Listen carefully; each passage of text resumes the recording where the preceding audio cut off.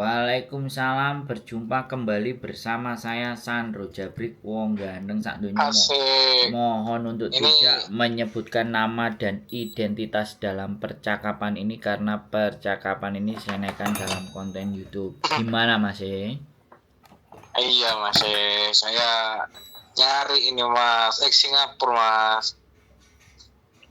Terus sampean cerita, tak dengerin. Iya ditawari Mas. Katanya ada teman saya kan namanya Mas Mukromin, orang Malang, katanya sudah komunikasi sama Masnya. Ini Mas ada orang-orang Mojokerto Mas, udah di situ, coba kontak-kontak kan. Nah, saya ikutilah videonya di YouTube gitu Mas. Gitu. Terus? Makanya nanya ini nih apa? Ada job nggak di situ gitu loh Mas. Ada yang nawarin Mas 11 juta Mas. Terus?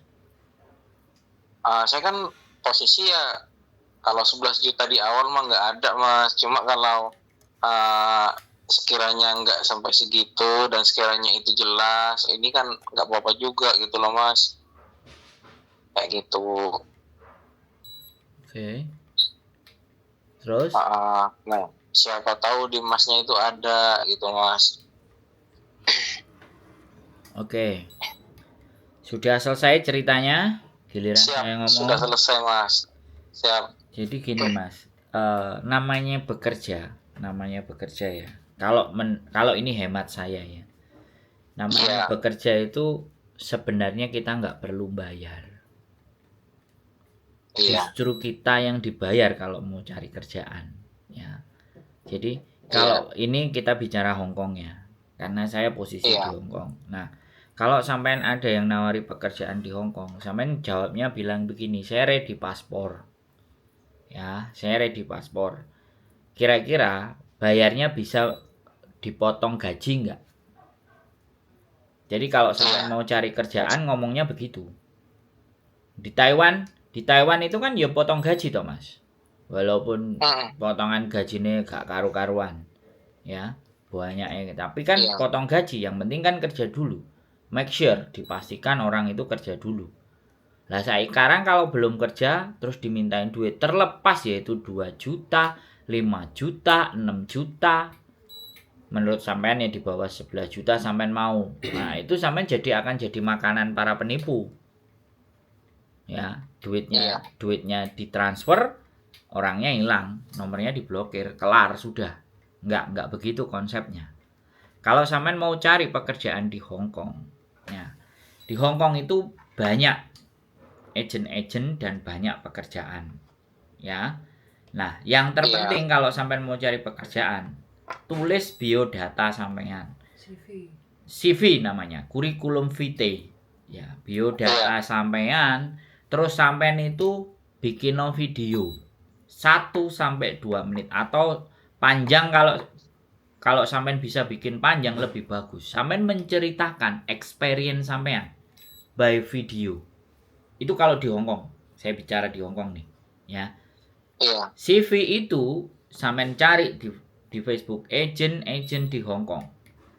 Saya cerita dulu, saya YouTuber, saya bukan calo, ya. Saya bukan penyalur untuk cowok kerja, tapi saya hanya memberikan edukasi ya supaya tidak banyak yang kena tipu dan tambah pinter. Itu saya ya. Jadi bukan jadi kadang ada yang ngomong ala bukan agent ngasih tahu gini-gini, karena saya sudah sering dengar sindikat ya.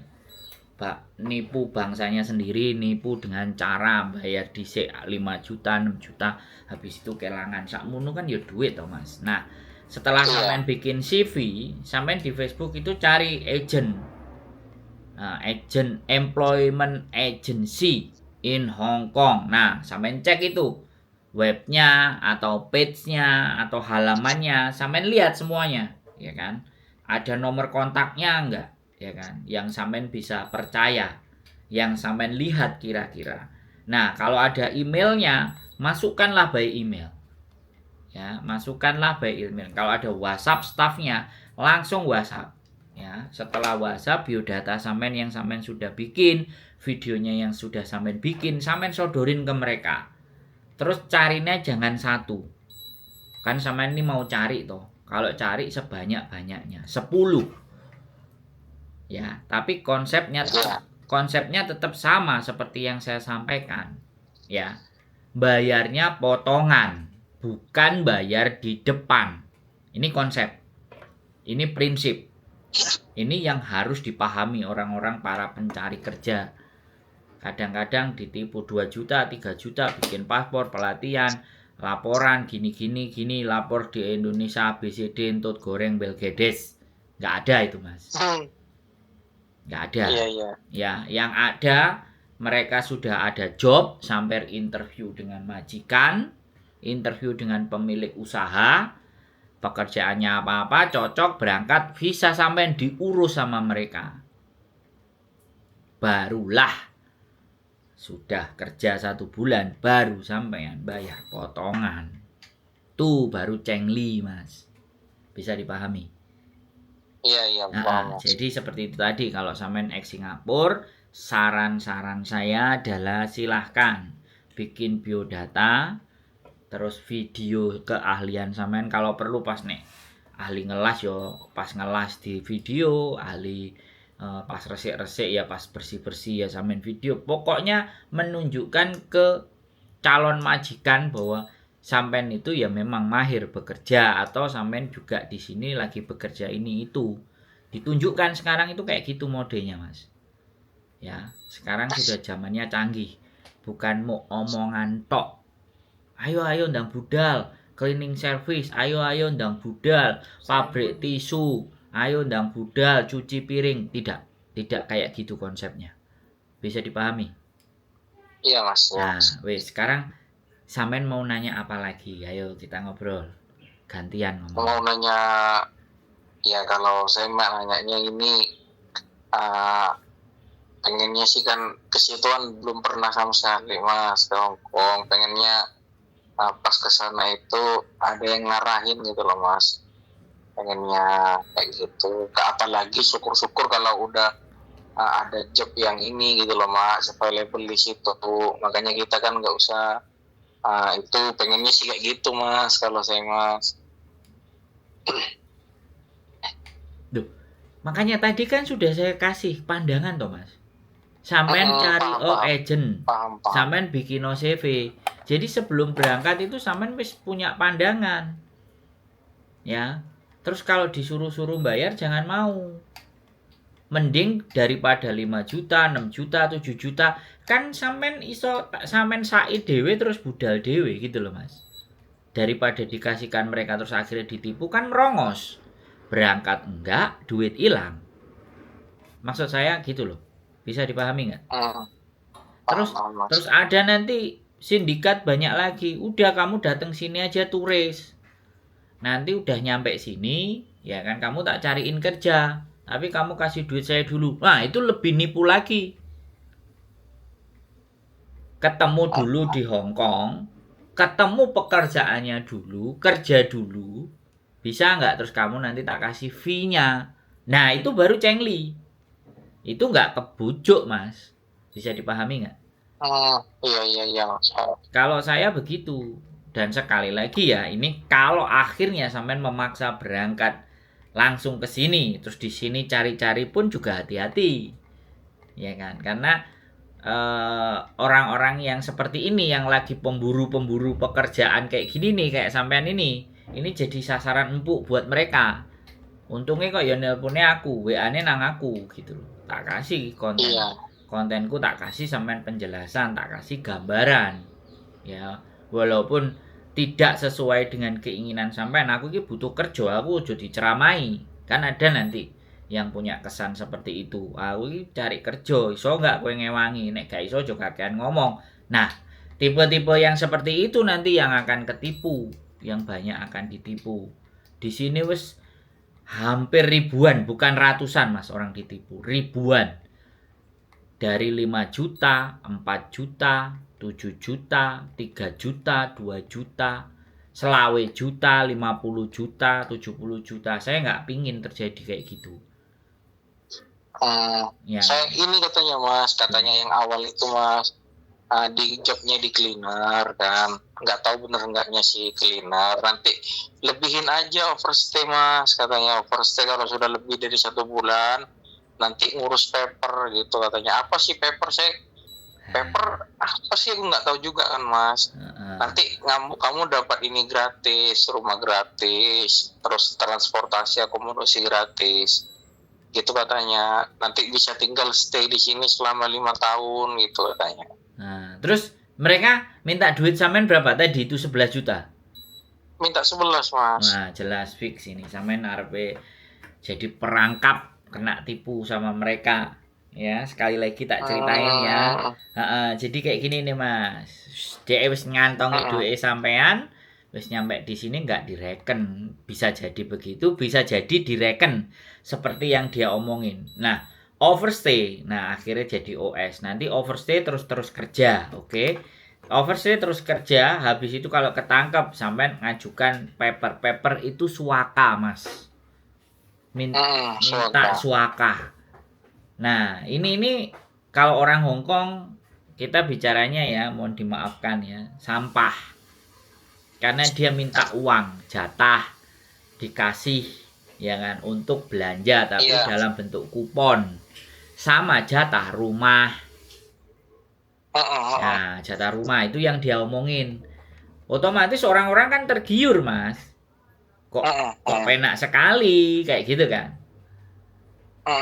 Nah, tapi sekali lagi pekerjaan di sini memang banyak kalau kitanya lincah. Dan kalau kita statusnya paper, apa statusnya overstay, ini kan berarti statusnya gelap. Paper itu tidak boleh bekerja. Apalagi overstay. Tapi kalau paper itu berjalan-jalan di mana-mana, ada polisi diperiksa masih nggak ada masalah.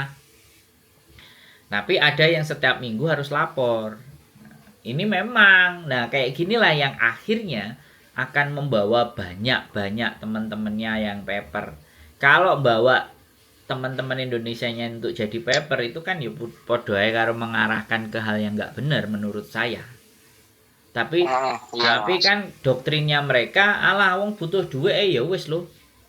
Wong ya ora enek penggawean, ora enek sing resmi, ya udah jalur seperti ini aja kan butuhmu golek duit toh.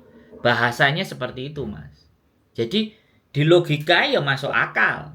Ya paper ya akeh di sini. Tapi masa depannya kita di sini jaluk duit wong, ya kan?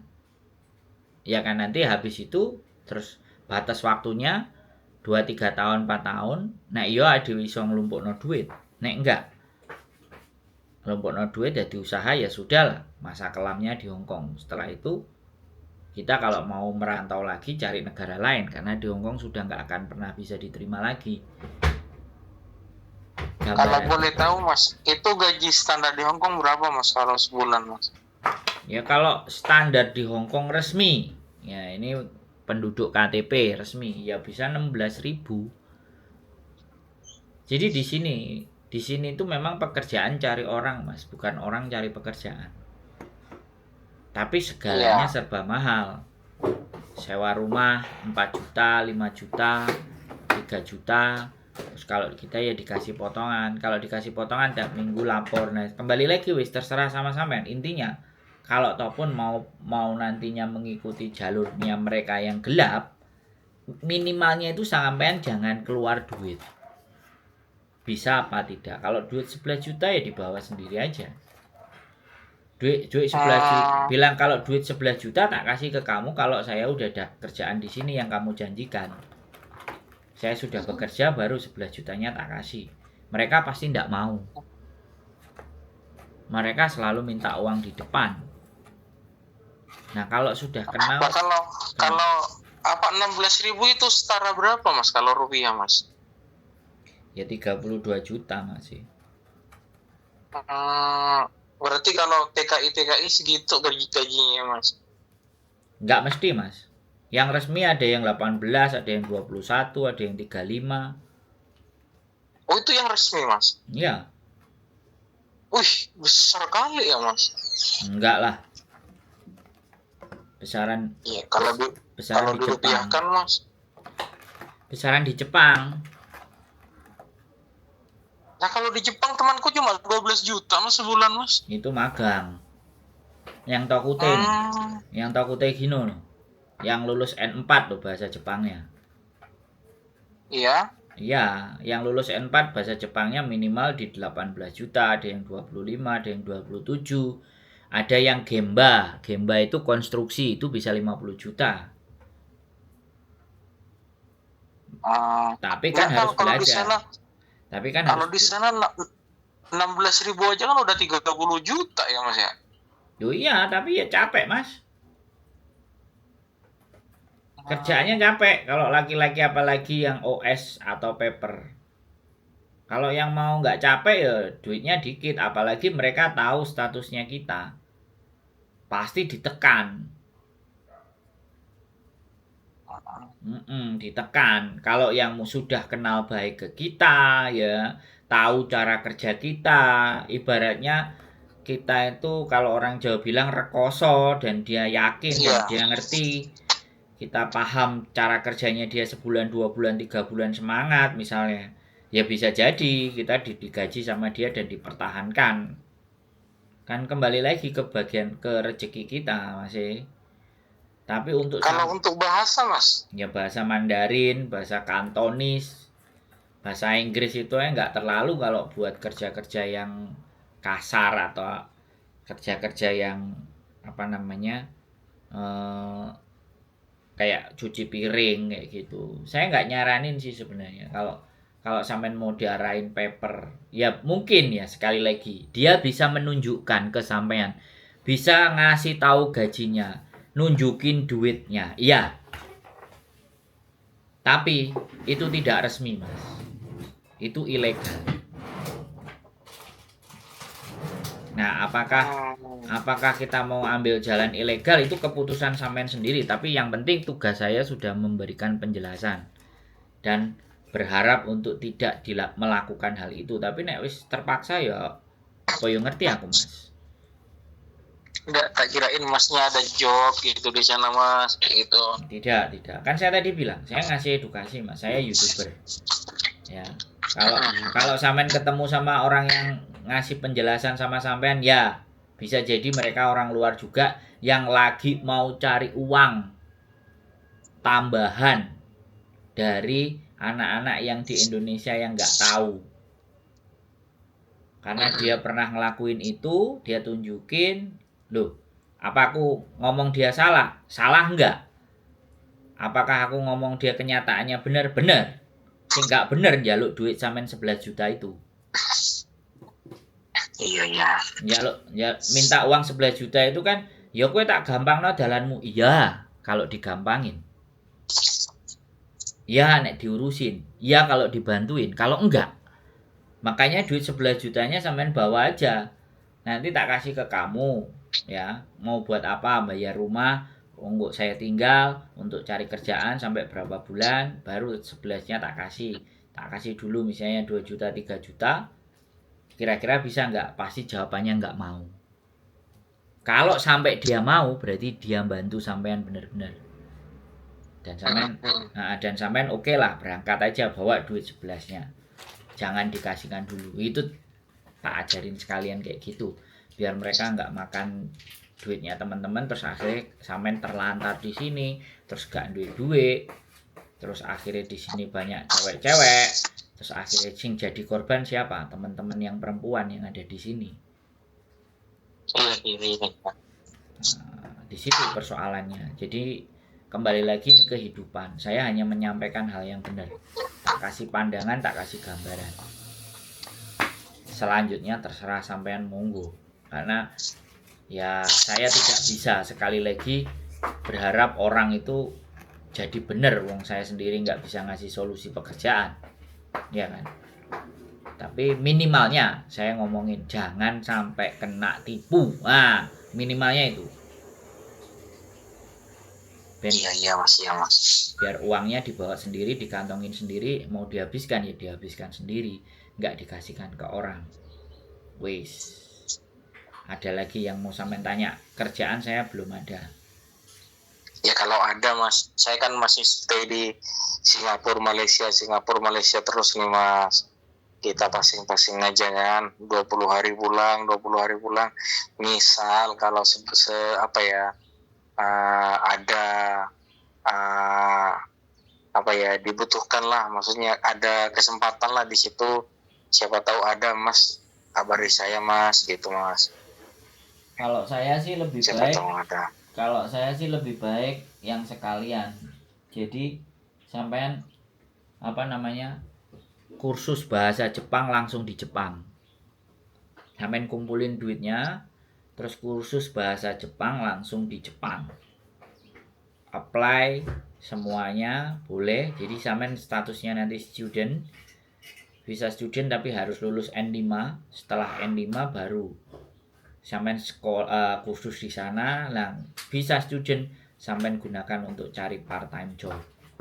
Kalau saya, daripada sampean di Hong Kong dengan solusi harus tadi overstay, paper apa semuanya. Kalau kerjaan ya itu tadi. Kalau sampean memang cari kerjaan, yaitu CV-nya sampean bikin, bahasanya sampean buat, pekerjaan sampean apa sampean bikin, CV Mas, sekali lagi. Jadi jangan nanyakan pekerjaan ke orang, tapi buatlah CV. Buatlah CV-nya sampean itu supaya orang itu bisa ngelihat sampean. Jadi jangan mengharapkan orang lain bantu-bantu terus sampean bayar duit. Jangan. Pola dan konsep itu hilangkan. Saya juga kayak gitu. Saya ke Jepang, saya ke Hong Kong. Saya sampai stay di Hong Kong 11 tahun. Saya pernah di Jepang hampir 3 bulan, dapat duit 45 juta. Saya itu nggak cari-cari orang, nggak minta terus ngasih duit. Saya sendiri gak duit 5 juta ya berangkat ke Jepang. Wis di sana muter-muter nyari-cari kenalan job apa ya, wis tidur di emperan. Apalagi di Hong Kong nggak pernah ngerasain saya hotel, tidurnya Victoria Park. Wis cari-cari kerjaan sendiri. Wong anjane gak duwe duitnya mau 900.000, ngerasakno 11 juta. Itu konsep saya loh Mas. Konsep saya. Jadi kalau memang cari kerjaan yang benar, bikin CV. CV itu kunci. Dunia internasional semuanya pasti akan minta CV. Penggambaran kita melalui tulisan dan video serta gambar. Nek masih menganut sistem ya udah bayar orang 100 juta, 50 juta, siap-siap aja. Merongos. Nek aku mending tak kantongi sendiri, aku berangkat sendiri Mas, tak antekno sendiri. Cari peluang potensi ya di sini, ya di negara tujuan wis. Nggak ada bayar-bayar dari Indonesia, transfer no, tidak. Itu konsep saya. Saya dulu soalnya pernah jadi turis 23 bulan. Kalau sampai nonton konten saya yang awal-awal. Kalau nonton konten sampean cuman belakang-belakang ya nggak tahu saya sampean. Tapi kalau dari awal-awal yang 3 tahun, 4 tahun yang lalu saya cerita semua di situ. Silakan sampean pahami, ambil langkah, ambil jalan yang terbaik. Saya cuman ngasih gambaran dan wawasan, tidak bisa memberikan apa yang sampean inginkan, tapi setidaknya biar sampean paham. Aja sampai duitnya diwehno orang sia-sia. Dintekno dhewe nih. Bisa dipahami? Ya, Mas, ya. Oke? Ya, Mas, ya, Mas. Makasih, Mas. Sehat selalu sampean, semangat, hati-hati, tonton konten saya yang awal-awal biar sampean lebih memahami dan tahu karakter Hong Kong. Oke? Oke Mas, makasih. Sehat selalu yo, bye-bye. Ya, amin. Oke, buat teman-teman semuanya, masih banyak sekali lagi orang yang mengharapkan orang lain menolong dengan membayar. Konsep itu buanglah konsep seperti itu. Saya bayar duit aja mau rekoso, mau mikir. Ya, sekali lagi ya kan. Itulah tradisi orang-orang kita, saya bilang. Orang-orang yang hanya mau ambil enaknya, mau cara instannya, tapi tidak benar-benar mencari dan menggali informasi sedetail-detailnya dan sebisa mungkin tidak mengeluarkan biaya yang terlalu besar maksudnya biayanya itu ya biaya tiket, biaya makan, ya biaya hotel. Kalau itu dikeluarkan itu worth it dan itu wajar. Tapi kalau biaya calo, come on guys, wake up, ayolah, ya kita bangun semuanya, ya mencari kerja itu nggak pakai duit guys. Cari kerja itu dapat duit buat jangan buang duit, itu konsep yang salah kaprah di tempat kita. Itu konsep kayak gitu, kayak cari kerja masuk jadi pegawai harus bayar sekian. Nah itu come on guys, 2024 sekarang presidennya Pak Prabowo, ya muga-muga sing kakean korup ya di silakan Pak Prabowo dihabisi ya. Nih tikus-tikus got sing mbel gedes iku ndang di sepakat saya wis. Ya, saya nggak nyoblos, dan saya nggak kecewa. Tapi saya mendukung Indonesia dipimpin oleh tangan besi. Tangan besinya Pak Prabowo. Oke, karena sudah terpilih sampean Pak. Jadi apapun ceritanya harus kita terima dan kita dukung. Mudah-mudahan jadi Indonesia jauh jadi lebih baik. Bukan hanya omon-omon saja seperti